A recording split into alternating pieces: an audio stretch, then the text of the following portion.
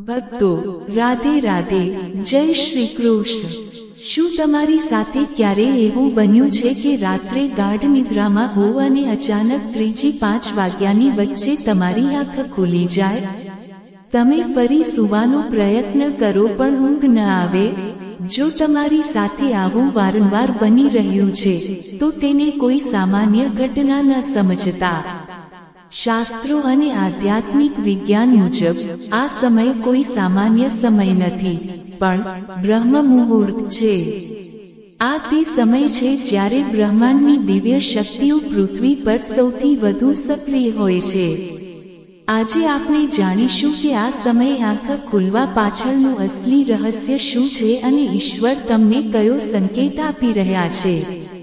આપણા ઋષિ મુનિઓએ જણાવ્યું છે કે રાત્રે 3-5 વાગ્યાનો સમય દેવતાઓનો સમય માનવામાં આવે છે।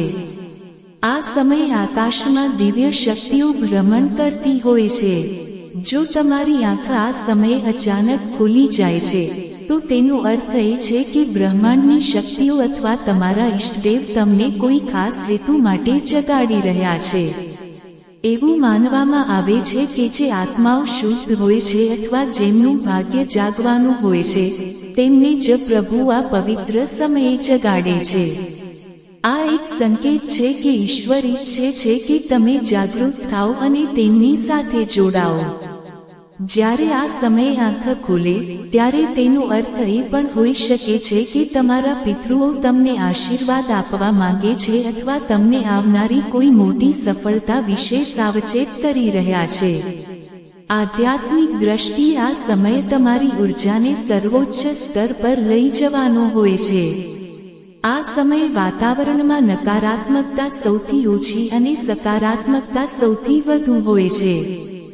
જો તમે આ સમયે ઉઠીને માત્ર થોડી મિનિટો માટે પણ ભગવાનનું ધ્યાન કરો છો તો તે પૂજાનું ફળ દિવસના અન્ય સમય કરતાં 1000 ગણું વધારે મળે છે।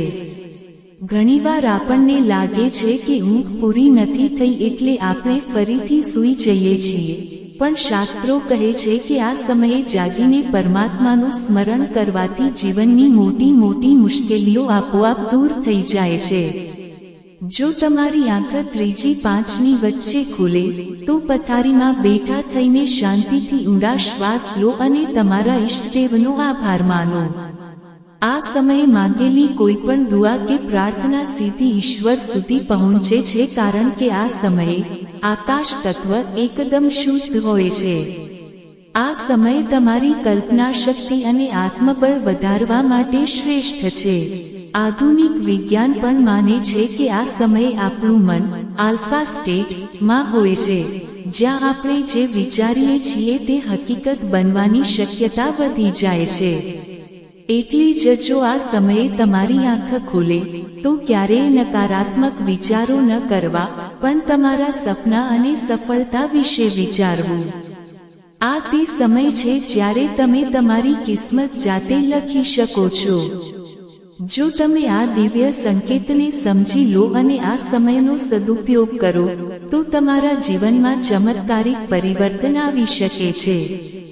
તમારી સાથે આવું કેટલી વાર બન્યું છે? શું તમે ક્યારેય અનુભવ્યું છે કે આ સમયે જાગ્યા પછી તમારો આખો દિવસ ખૂબ જ સારો ગયો હોય? કોમેન્ટમાં તમારો અનુભવ જરૂર લખજો।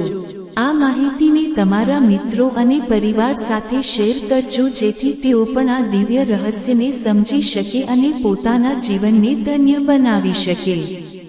કોમેન્ટમાં પૂરી શ્રદ્ધા સાથે જય શ્રી કૃષ્ણ અને ઓમ નમઃ શિવાય જરૂર લખજો। ચેનલને સબસ્ક્રાઇબ કરવાનું ભૂલતા નહીં, જેથી આપણે આધ્યાત્મિક જ્ઞાનના આવા જ અણમોલ રહસ્યો વિશે જાણતા રહીએ। ઈશ્વર તમારી રક્ષા કરે અને તમારા માર્ગને પ્રકાશિત કરે। રાધે રાધે, જય શ્રી કૃષ્ણ।